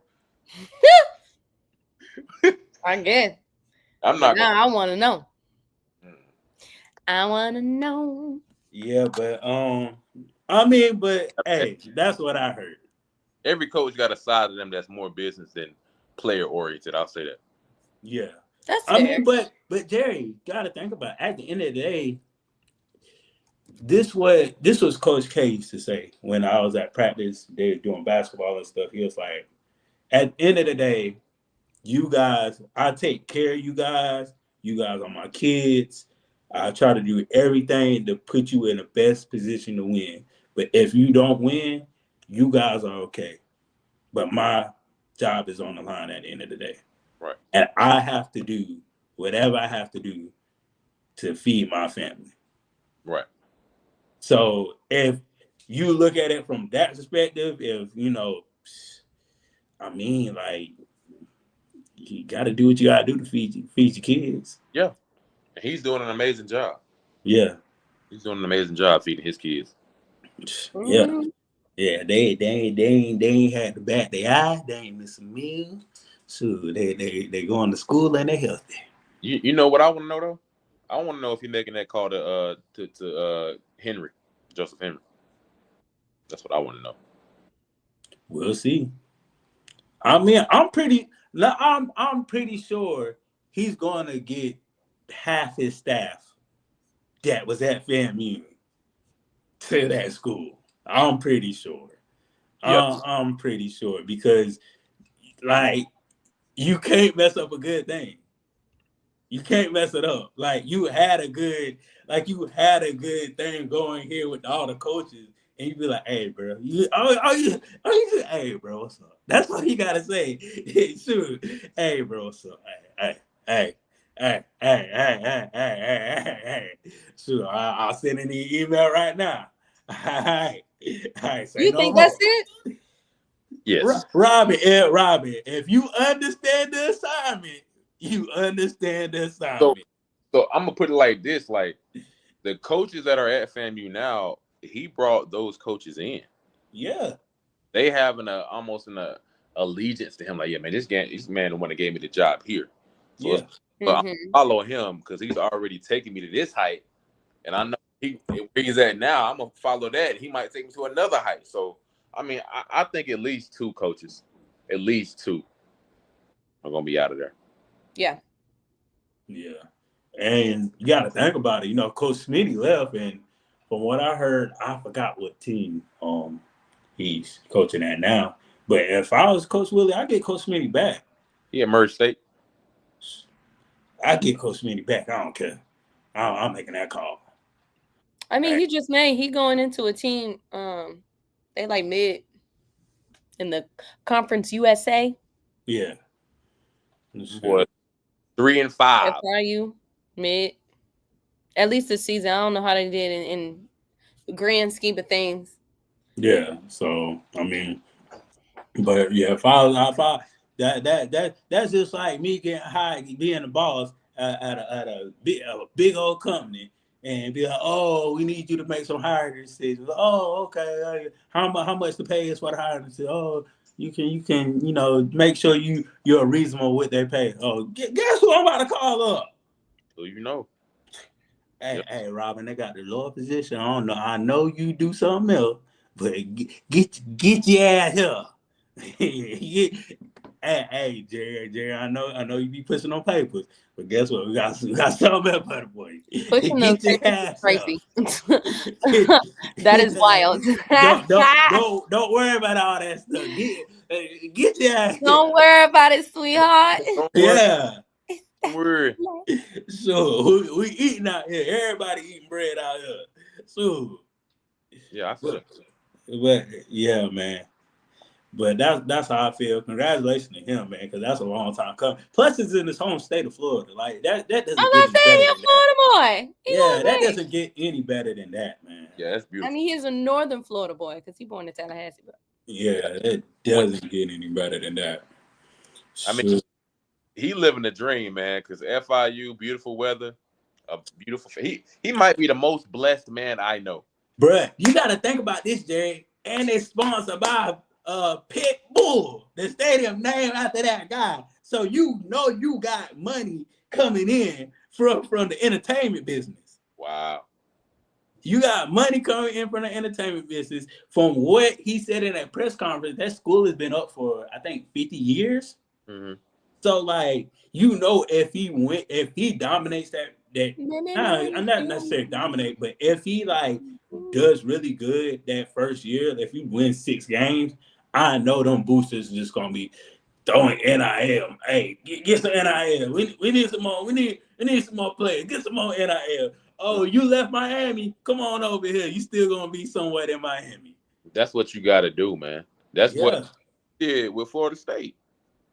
Yeah, got to. in Miami, looking for the hoochie daddy. So random. We in Miami like the bad boys. So bad boy. What you gonna do? What you gonna do? Like that boy Will Smith. What? Oh my gosh. Bro, don't even start this thing, bro. Don't even start. I don't even. What? You said bad boys Will. I thought I said Will Smith. Rob, what are you talking about? Can we not? Can we just let's not talk about Will Smith at all, bro? We don't need to talk about Will Smith at all. We need to move on. What's the next segment, Ron? Samuel Jackson. Samuel L. Samuel L. Jackson. Yeah. You should ask the chat. All right, chat. So we got 28 of y'all, bro. So me and Jerry was going back and forth with this. And when I say back and forth, back and forth. So Jerry, did you initially put up the post? No. Who put up the post? Our homeboy Marquise Brown. Shout out to Marquise Brown. Okay. Marquise put up the post. So it was a post like one actor has to go. So we just gonna limit to the 2. So it was Samuel L. Jackson and it was Will Smith. I said Will Smith can go. I gotta have Samuel L. Jackson. I think Samuel. No, did you give them the whole list? They didn't, but I was. No, you have to give them the whole list. The whole list was Denzel Washington, Eddie Murphy, Will Smith, Samuel Jackson. Of those 4 actors, which one has to go? Which one is the weakest link out of the 4? Put in the chat y'all's vote. One more time. Denzel Washington, Eddie Murphy, Will Smith, Samuel Jackson. You got to tell them right. They went back and forth between 2 people, namely Samuel Jackson and Will Smith. Will top 2 greatest of all time. Top 3. Black. You are wildin'. You are I would like to see the chat go up. Jerry. Ron don't want to show us. Jerry, you said top 3 of all. Denzel's son better than Will Smith. Nah, you're crazy. Denzel's son? Now You're wild. Denzel, you said as an actor, Yes. as a actor. Ron, I'm gonna let you know something. If we look at the trajectory of William Smith from all the way back in the day when he was rapper and actor Will Smith to where he is now, you cannot tell me that man doesn't have a expertise in acting. You can't. Now that may not be your favorite actor, and that's cool. But we not gonna sit up here and act like that man don't have a resume. But we not gonna sit up here and act like Will Smith is top 3 actors. We talk Michael B. Jordan better than Will Smith. Hands down. Will Smith is better than Michael B. Jordan. Michael B. Jordan. Hold on. Well, and I love me some Michael. Please understand. Chadwick Boseman better than Will Smith. Hands down. No. What we have to confine the argument to is Will Smith versus Samuel Jackson. Yeah, we can't throw in people that wasn't in the mix. But he said top 3 of all time. Let's just talk about one argument first. I'm sorry, that's my fault. Let's talk about the Samuel L. and Will. But wait. Okay. To that point, here's the mediation point. Will out of here. Here's a good point. Is Samuel Jackson in your top 3? In my top 3, he in my top 5. Who's in your top 5? So Denzel gotta be first. Jamie Foxx. I think he's my second. Yeah, he's elite. God, I'm trying to think. 3, 4, and 5 is I'm trying to think of like somebody that I don't mind watching. See, no, because my 3, 4, and 5 can be interchangeable. Like, cause I feel like you should know your 3, 4, and 5. But like, that's my top 2 that I will like. Okay, I'll go watch. I won't mind watching them any day, any hour, any time. So that's like my top 2. My 3 is really interchangeable. It's probably Michael B. Jordan, Samuel L. Jackson, and I literally have to say like Denzel's son. Denzel's son. Make sure you highlight that comment from Mr. Lott, Jared Lott, and say he said Samuel L. Jackson. Because you highlight the one that said Will, but you did not highlight the one that said Samuel. Because I was going through my thing. No, he's trying to be one side. Thank you, Mr. Lott. Thank you, sir. Who said Eddie? We gotta talk. That's really wild. Yeah, that's wild. Now, that's wild. Coming to America, Norbit. That's such a range. But the thing about Eddie is he's good with impressions and he's good at acting as multiple people. Yeah. That's hard. That is acting as multiple people. Because it took me, hold on, y'all. It took me into my like high school years to understand that Eddie was playing all of those characters in Nutty Professor. The uncle, the grandpa, the grandma, the mother, the Nutty. Yeah, but and then he played himself like his normal self. That's a lot. That's a lot, bro. That's why I can't. That's why like Eddie. That's and then hard. Jimmy got soul. Jimmy got soul. He ate that up. Wow. Yeah. You're crazy. Okay, but you said Denzel's son. Walk me through that. Yeah. So from where he started from to where he is now, like he's going to surpass a lot. He's not going to surpass the dad. I'm not going to say that. You think that he's over Idris Elba? Actually, scratch that. Idris Elba. Because Idris Elba over him. Okay, yeah, scratch that. Yeah, scratch him. Idris Elba. Okay, yeah, you got me with that one. Yeah, you got Hold me. on, I got another can one. get Idris Elba. Hold on, wait. I got actually a list. Thank you. Eddie did that, Franklin. Period. Yeah. Morris Chestnut. Over. I'm gonna give you 3 actually. Morris Chestnut, Omar Epps, Tay Diggs. You going through the whole cast, huh? They got 13 movies together. Hold on, I got another one for you. Terrence Howard. Here's my thing, Robin. I'd rather watch I can't even say his name right now to save my life. Blade. New Jack Wesley City. Snipes? I'd rather watch Wesley Snipes than them 3. I'd rather watch New Well, Jack I feel like City. that's fair. Hold on. I'm not even mad at that. I'm not mad at that. I'm not mad at that only because I'd rather watch New Jack City and Blade than I'd rather watch Wesley Snipes than them 3. Okay. Got similar roles too. Wesley Snipes has similar roles. Yes. Wesley Snipes. Guess what? Guess what? If I can play the hell out of them similar roles and sell tickets, that's what I'm gonna do. Hey, go ahead. You know who I actually do like too? Don't laugh. It's not funny. It's not funny. Tyrese. I love Tyrese. Yeah, Tyrese. Hey, Tyrese is fine. See, Tyrese is funny. I can't. Yeah. But he also has range. I think he does. My point is, Ryan, I've named so many people that I feel like is above Denzel's son. You ain't even know his name, dog. Washington. Son. Hey, Washington. Bro, no, we're not gonna pass that, bro. That's like you said, yo, bro. I can't. He look Denzel. Don't matter what his name is. Yes, it does. If that's in your top 5, Denzel. Absolutely not. If that young man, you need to know his name. His name is John David Washington. Look Denzel and big Denzel. His name is John David Washington. And he actually has 2 sons. His other son's name is Malcolm Washington, but he's a film producer, so I know you're not talking about Malcolm and his sister are producers. That man played in the league too. He did. Yeah. He did. Yeah.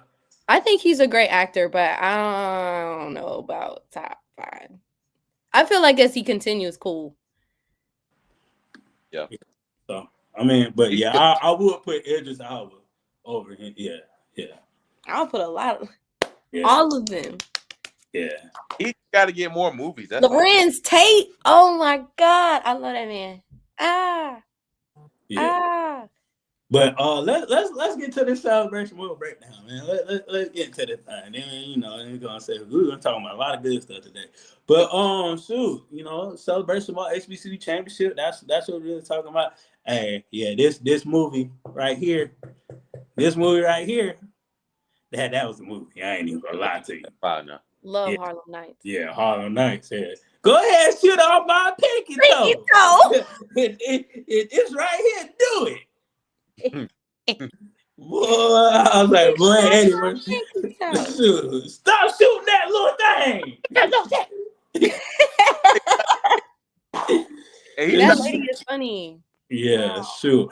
So we got Jackson State at 11-2 and South Carolina State at 9-2. Both teams only lost 2 games, so they coming in with a heated matchup. South Carolina State had a stronger schedule than Jackson State.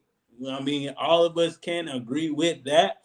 But the 2 key components right here is JSU running game. Will they get their running game steady against this South Carolina State stingy defense? And will South Carolina State get their passing game going and Eric Phoenix can throw that ball to his 3 dominant receivers? Will history repeat itself, or will Jackson State finally get that dub that they've been trying to get to win that Celebration Bowl? I have a question. Yes. Who has the stronger offense? Me personally, I say South Carolina State. Exactly. Does that mean indicatively that JSU has a stronger defense, or South Carolina State also has a stronger defense? Defense, I feel like they're even as far as defensive wise. I can't say South Carolina State has a better secondary. Okay. Yeah, because their man-to-man is like they got good corners. Like I'm not gonna lie about that. When you can cover Jamar Gassett man to man, Yeah. almost like kind of like the whole game, then that says something about your defense. So, but I mean, what, Jay? I think South Carolina State, man, I think their defense might be better too, because they known to have good linebackers. Mm-hmm. And they got some good corners to go in the league too. I think it's one guy that just got named. I can't remember his name. I think he got Defensive Player of the Year. The linebacker, he's solid. He's solid, and he the Bruz.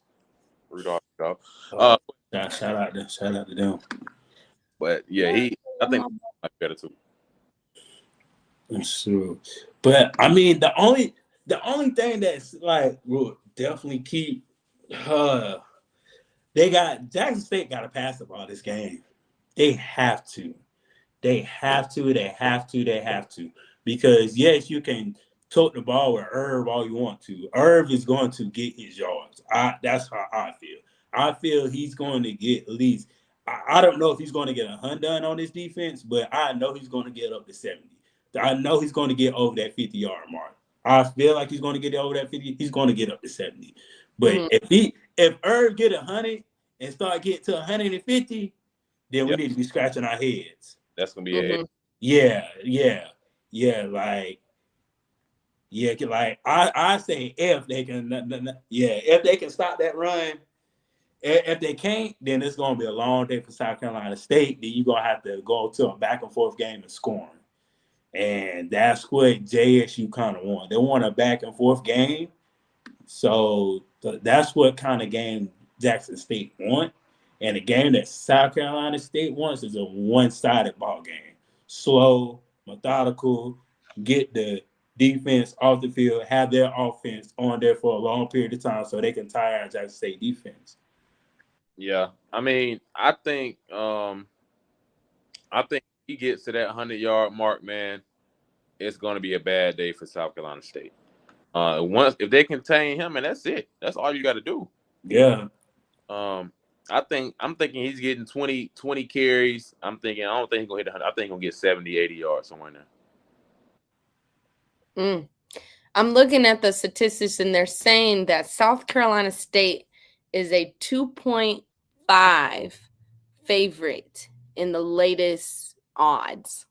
Come on, y'all think that's accurate? Yeah. Ain't wrong now. Yeah, thing ain't wrong now. Hey, what I will say, if you watching that game tomorrow, watch out for number 11 on that defense, Aaron Smith.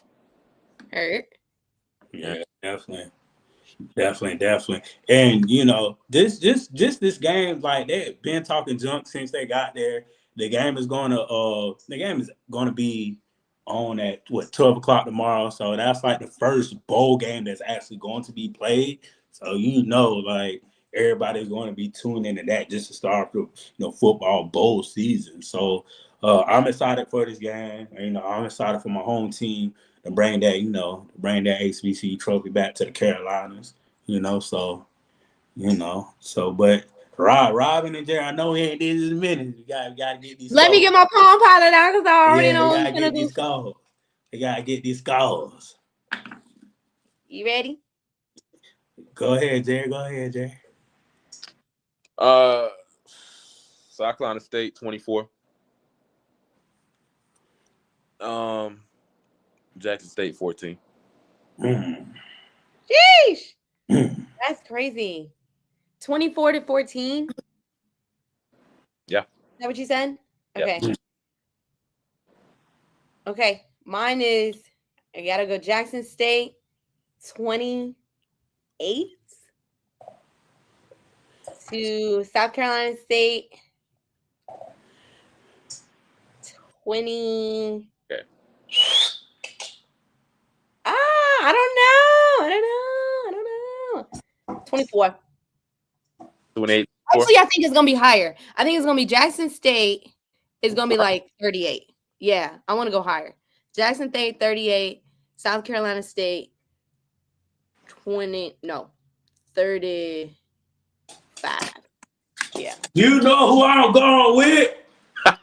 I'm going with them dogs. I'm going with them dogs. Look at him barking Look back. at him. See, look at him. He ready to bite. He ready to bite. Calm down. Calm down, Coach. Hold him back. Calm Call him out, down. bro. Calm down. That baby yawned. Okay. To see Robin, see you just messed it all up. Robin talking about it young. So He did. He's That's sleeping. a cute puppy. Look at him. Puppy. Look at him. Look at him. Ready.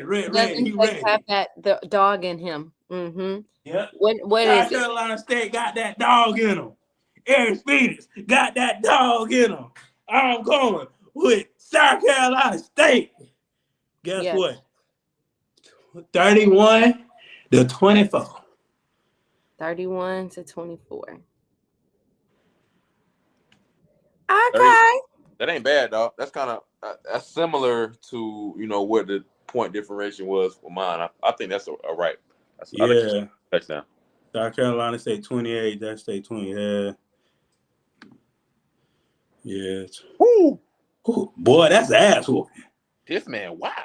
Oh boy, that's an ass whooping. Hey man, see, we're on the same wavelength, Franklin. Because I said 38. Now I did give South Carolina State a little bit more, but I do think that they're going to come out on top. Yeah. Talk your shit.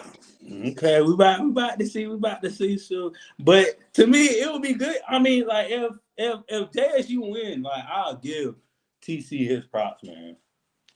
I'll give TC his props, man, for real. I just don't think they overall team, dog. I don't think that team, yeah. You look at South Carolina State, bro. They got 3 receivers that can go get the ball. That means you have to guard man to man for 3 receivers, then account for the quarterback, then account for the running back that's running out, then account for the top. Come on, bro. Come on. If we looking at the stats, dog, Caden, he got almost 1,000. We got 892. Yeah. Justin got 725, and right below that, Carter got 599. That's 3 different guys, on the upper half of the almost in the 1,000. You know what I'm saying? In the 100. So if we look at what's Gassett, how many yards did he have this year? I think he had 8 something. 8. Lamar Gassett. Last year he was around 6 or 7, somewhere in there, and that's comparable to the 3rd guy on this list. You know what I'm saying? So that's a Carter at number. That's a Gassett at number 3. Bro, I'm looking at. Bro, so Jackson State receivers, they top receiver caught 35. The next 32. The next 18. You talking about receptions? Your receptions. That's their top 3 receivers. The statistics, man. Come on. We got, South Carolina State almost got tight ends that's getting more receptions than their leading receiver. Come on. Yeah, it's not fair. It's fair. It's not like they can't run the ball. They just don't run the ball as much as they've done in the past because their running back averages 5 yards a carry. So. But Jackson State entering in with a 9-game winning streak, so but Robin, they're going down with a fight now. They're not. They're gonna go. They're gonna fight. But Robin, it's different when you got a game plan and you on the island by yourself, and these corners. Oh. These corners gonna be on the island by themselves because nobody can't get double teamed. If you double team one person, some other receiver is gonna go off. Yep. So you have to run man to man, and if you run zone, he gonna eat you alive. What I can say is, every record, you're talking about you on a 9-game winning streak. Every record is meant to be broken. Yeah. These guys, they're not used to playing, against teams like South Carolina State, and I think it's going to be a little bit shocking. You're going to see. I mean, we saw it last year. Even in the first quarter of the Celebration Bowl, I think we were down 14-0. If I'm not mistaken. And FAMU got shocked. Dang, these boys a little they're a little strong. They're a little different than what we used to in the SWAC. And it's gonna be like that every year. Like it's always like these guys, they different from what we used to. So I think they ain't gonna take advantage of that. I mean, they gonna take into consideration. This is a matchup that they've already had, So, and not too far yeah. from removed from. I don't know how many people graduated necessarily from that 21 team. It's gotta think about it. That's what, 2 years? No, three? That's Three? Not Yeah. two. Not too many people are still on that team. If maybe about 6 or 5, maybe. Right. Maybe. I don't know, man. The way college football going, hell, niggas getting people get. So he might be on the team. They might have the same people playing.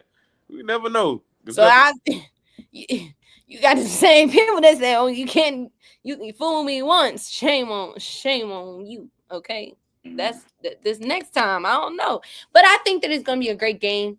Yeah. They do definitely have some powerhouse on both sides. That's why I think it's gonna be a high scoring game. But to y'all's point, I mean, I don't know defensive wise. Nah, come on now. Come on. Yeah, I mean that's a good point. But how are they not the same team from 21? Or like y'all think they better? I think that they are a better finisher. Before that was better, way better. But they still didn't win, so that don't matter. That's what we saying. Oh well, I'm saying that it all counts at the end. Yeah, and that's the part that we looking at. Y'all just said you don't matter when you go through the 9-win streak or whatever. So that's the point. That team, as it relates to the Celebration Bowl, is not what we've seen in the past. I'm on what that young man name? Sweet Baby Ray's point. What was his name? I don't want to call him Sweet Baby Ray's. His name was not. Sweet that person, a Southern person. Sweet, they a Southern person. He done picked the wrong side. He's probably a Kappa. I don't know. He done picked the Nukes and Jackson. Come on, man, you can't get up. I don't think that's right. But Jared, to this thing right here, Jared, come on. Now you boy, that's shaky right there. That's shaky. We talking about James Houston. We talking about that defense. Come on now. Yeah, I think I don't know if they're. I think it's closer. I think it's real close though. You think JSU defense better?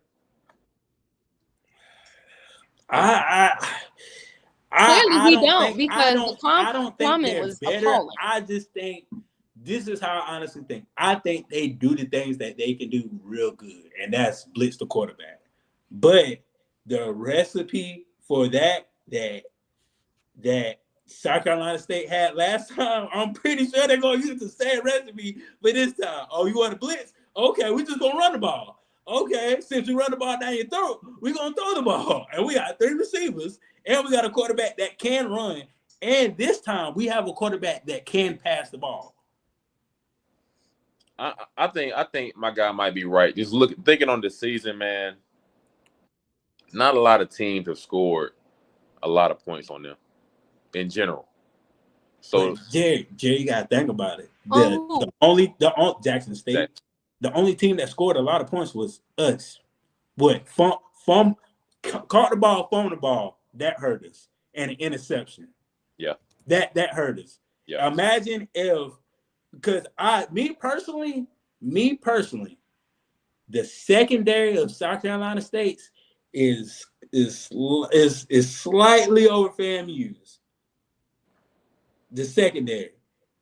Then just knowing how South Carolina State is on that offensive side of the ball, they had 3 dominant receivers. You cannot stop that, the man to man.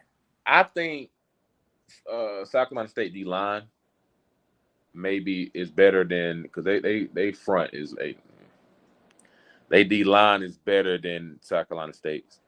I'll take that. But as far as linebacker play, I got South Carolina State. But I mean, that might be because their D line at Jackson State is so good that you can't really shine on the linebacker core because you're already making tackles at the front. You get what I'm saying? I get you saying. I don't know. I think the defense is close though. They both have pretty good. Yeah, they both have good defense, and they do good at what they do better. That's what I can say. Jackson State defense do good with they scheme. South Carolina State do good at they scheme. But the thing that comes at the end of the day, what scheme will win? Yeah. What scheme will last? What scheme will we don't have to change up nothing. We can just keep doing what we're doing from the beginning to the end. Yeah. That's the real question. I mean, like for me, man, like for South Carolina State, they got to keep an eye on that D lineman, man. I believe his defensive end, Nobles. I think he got anyway, whoever I think it's left Nobles. He got 9 sacks on the year. Yeah. He pretty good at that D line now.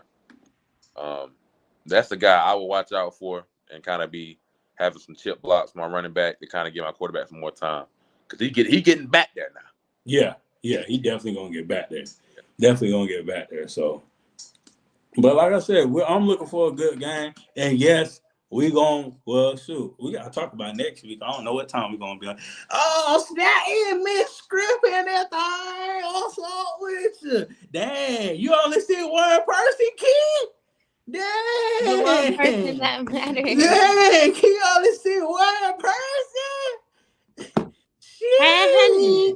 It's Bridges and Jerry on here too now. Yeah, man. Oh, Dang. I get one little comment. Leave my comment alone. Sure. Keep my homegirl now. Sure. Hey. Well, I know Robin though. You want somebody to pray for you? Oh, okay. The anointing. Ask that woman of God right there. Yeah. Ask that woman of God. Anointed. Yeah, no, Jerry, woman of God. Yeah, ask that woman of God right there. You want somebody to pray for you? Ask that one right there. I got you. Sure. She gonna pray. You talking about definition of a prayer warrior? That's it. That's her, huh? Yeah, that's her. That's her. Sure, Rob, what you got coming up next weekend? Yeah, I just had my last final today. So I graduate in May. I got one more semester. So as far as what I'm gonna do, go to sleep. I feel you. Go to sleep. Proud of that girl right there. Yeah, I feel you. I'm exhausted. I'm tired. I feel you. Do not go back to school. Well, I'm not going in back anymore. I don't have that in me. Yeah, I don't have about to say. Not true, Robin. You have it in you. I don't think you realize, Jerry. This experience, law school is not for the weak. I don't care what anybody else says. They said that it's for the strong. See, look, you already got it's for the strength that you didn't know you had. That's what the law school is. And I have been tested, but God, glory. I'm making sure I only have one more semester. Don't forget the RSVP. January 10th, RSVP. Said to God. Right. That's too late. January 10th is RSVP. Thank you. But yeah, man. Thank you, guys. Yeah. What y'all got? Thank you. What y'all doing? Jerry? Man, getting ready for basketball season, man. These mid-year signees, got guys coming on campus, all that. Going to Christmas dog soon, so ready to take that little 2-hour trip. Be back at the crib. Yeah. I feel you. Sure, your boy gonna be in the Carolinas, boy. God dang. Your boy gonna be in the Carolinas. God dang. You only 2 hours away? Yeah, about 2.5. Wow. I thought it was long. Yeah, but your boy gonna be in the Carolinas drinking sweet tea, eating good food, eating fresh vegetables, loving the South Carolina weather out there, man. I can't wait. When you head what back, fresh vegetables you finna eat? Some vegetables that's been grown in from the dirt, corn, whatever I can get my hands on. Hey, that's Cause all freshly, no GMO. yeah, all that. None of that. Yeah, I love that for y'all. definitely. Yeah, definitely. I gotta have that. I gotta have that, man. Yeah, just going back home. Definitely gonna go back to Charlotte. See what Charlotte got going on. Definitely see my family because I ain't been back home in a year. Oh wow. That's unlike me. And you know me, Jerry. Yeah. I go home. I try to go home anytime I can. Jerry know that. Shoot. But yeah, I ain't been home in a year, so definitely gotta go back and see my family, see my loved ones and everything. So I'm kind of excited about that. So yeah, definitely. I'm happy to hear that. Yes, sir. Yes, sir. But man, thank y'all for tuning in. Thank y'all for staying with us. Thank y'all for bringing a little entertainment in y'all life. Make sure y'all go to my page, Bridges on Top. Make sure y'all subscribe, like, and share. Please do that. Please do. Shout out to Robin. She always, she got school. She can be here when she can. Shout out to Jerry. He got a busy schedule, just like me. We try our best to be on here. We're gonna try. I'm gonna try to work my way into basketball with Coach K. Yeah, he definitely gonna come back on the show because he ain't been seen in a while. But I'm definitely gonna get him back on the show. Try to work our basketball thing. If y'all free, y'all know y'all good and welcome. Pop on. Let's talk about this SWAC and me at basketball. He's still at Norfolk? No, he's not at Norfolk. He's at is it something Tennessee? He's in Tennessee now. Is it Middle, I think Middle Tennessee. He's at a maybe at Austin P. Hold on. I forgot, but he's the athletic director over there. At a college? Yeah. That man said at a college. Yeah. I didn't know that. I mean, that's huge, dog. Yeah. So I forgot what the college was. Hold on. Jackson State Community College. Yeah. Yeah. That's in Tennessee? Yeah. He's in Tennessee. Oh, wow. Yeah. Jackson State Community College. Yeah. Yeah, that's slightly my hometown in Tennessee. Well, yeah. Home is very loose. I went to high school there. Yeah. So, but he's doing big things over there. He's changing the program around. He's looking for that next step because with him, he was looking for a head coaching job. He was trying to get back to that head coaching ring. He couldn't find that. So he was like, hey, might as well just be an athletic director. And they offered him the job and he took it. Wow. Yeah. That's huge, man. Yeah, definitely. So, that's another, huh? He got his doctorate? Yeah. Dang, I ain't know none of this. Yeah. That's wild. Yeah. He definitely got his doctorate. Less than 24 hours. Champagne diet. Yeah, sure. But man, y'all be good, be blessed, man. We could be on here, but we got lives too, man. Y'all be good, be blessed. Stay safe out here when y'all traveling on the highways. We definitely will see y'all next week to recap this Celebration Bowl. Peace, love, and we out.